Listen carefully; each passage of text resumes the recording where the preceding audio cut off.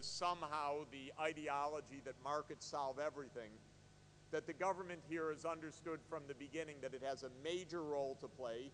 Planning has been a proud part of this economy's success story, and the government has understood from the beginning that providing infrastructure and social services are of fundamental significance. I've been trying to teach that in my own country for a long time, and I also have found the hard job of rebuffing some of the ideology of the structural adjustment era that came to other poor regions of the world, and Malaysia's always been an exemplar of how the state takes on its due responsibility. I've been looking at relative poverty in Kedah State, and I'll visit other states as part of this assignment. One of the reasons why some relatively poor regions are not hardcore poor regions is that the government has ensured good infrastructure everywhere that I've seen. Roads, power, water. This is vital. That's the difference of isolated regions trapped in extreme poverty, as I see in so many other parts of the world, and the broad-based development that this country has experienced. Third has been a commitment to an open economy from the very beginning. This, of course, was Malaya's destiny even before independence. You're on the greatest trading route in the world, and you know it. This is a fundamental linkage between East Asia and Europe, and it's been the center of the shipping lanes for 500 years. And you play the role very well on that shipping lane because you know that the open economy is the core of success. And that export-led growth strategy has worked for this country. There's been a clever use of institutions, regional zones, industrial zones, export zones. There's been always a relentless determination to attract foreign investment, which is extremely important in a global economy as a conduit of technology and an opening to markets. Japanese and U.S. multinationals played a huge role here in the uptake of the electronics and machinery sectors, and this was all very beautifully promoted by government and by the society for 50 years. Next, the government was always committed to technology, and that's a feature of all Asian development, I might say, in contradistinction to other parts of the world. Here, the primary focus has been on technology upgrading. In other parts of the world, that most basic fact of economic development has been placed far down the list. But this country's understood it has to be in the technology business, and it has to be climbing the technology ladder.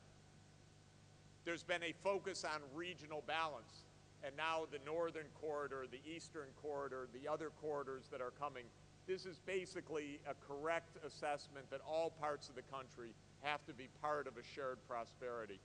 And it forces good thinking in terms of infrastructure and industrial strategy. And I find that very, very important. There has been from the beginning a consensus on the need to address poverty issues, both hardcore poverty and relative poverty. And again, that has come because this country avoided a market fundamentalism which said just let trickle down do the work. That has never been the attitude here. The attitude always has been to invest in the poor, both the individuals and households and also the regions. And finally, there's no doubt that gender equality has played a huge role in this country. It has been promoted throughout the history of the country, and you have so many wonderful women leaders of the economy, from your fantastic central bank governor and so many others, and this is a testimony to a society that's using all its human resources, and that is a rarity, unfortunately, in the world. Even in my own country, I wish we saw more of it. but in many other parts of the world, desperately behind. So these are the things that I believe are at the core of the fantastic successes here. Now, Malaysia is not living on its laurels, it's looking forward. And in a few minutes, I wanted to talk about the future, building on this splendid record of success.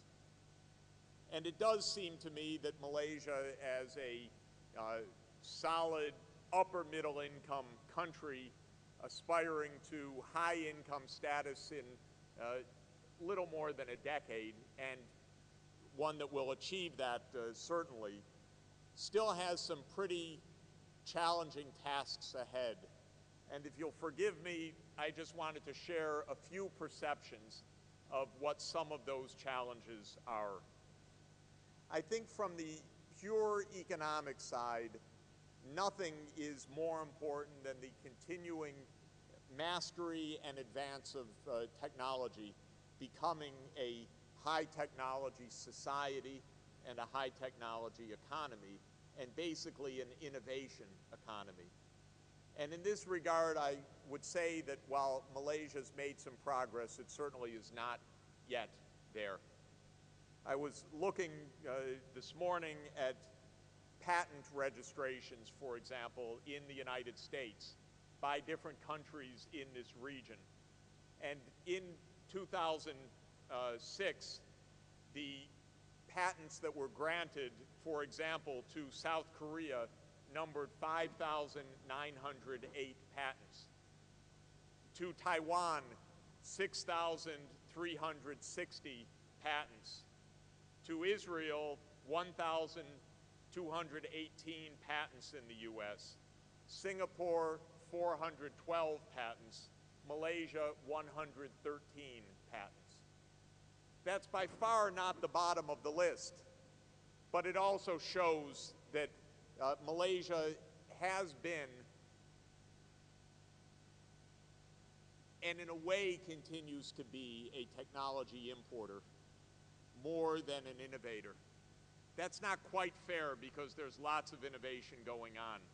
A lot of the advance in the agriculture sector, for example, is improved clonal varieties, higher productivity of rubber trees and of palm oil, palm trees and so forth. But there's a lot more that can be done. And I believe that establishing a vibrant innovation system in this country is the biggest task ahead in lifting Malaysia from this upper middle income status to high income status. It is almost the definition of high income countries, certainly of high income countries of a population and diversity as large as this country. Innovation systems are complicated beasts.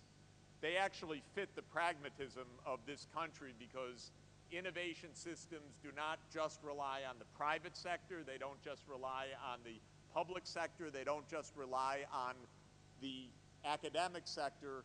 Innovation systems are a complicated ecology which brings together public institutions, private institutions, academic institutions, domestic institutions, and foreign partners. It's quite a rich brew. It's the universities working closely with business. It's national laboratories or agricultural research centers working closely with academia and then transmitting knowledge for further development to the private sector. And I think that there's a lot to be done in this regard. Second, and obviously extremely closely related, is building up the higher education sector itself. And here I'm thrilled to hold a visiting professorship at the University of Malaya, a great institution. I think you need to continue to build new and more great institutions of higher learning all over this country, technical institutions and liberal arts institutions and medical faculty.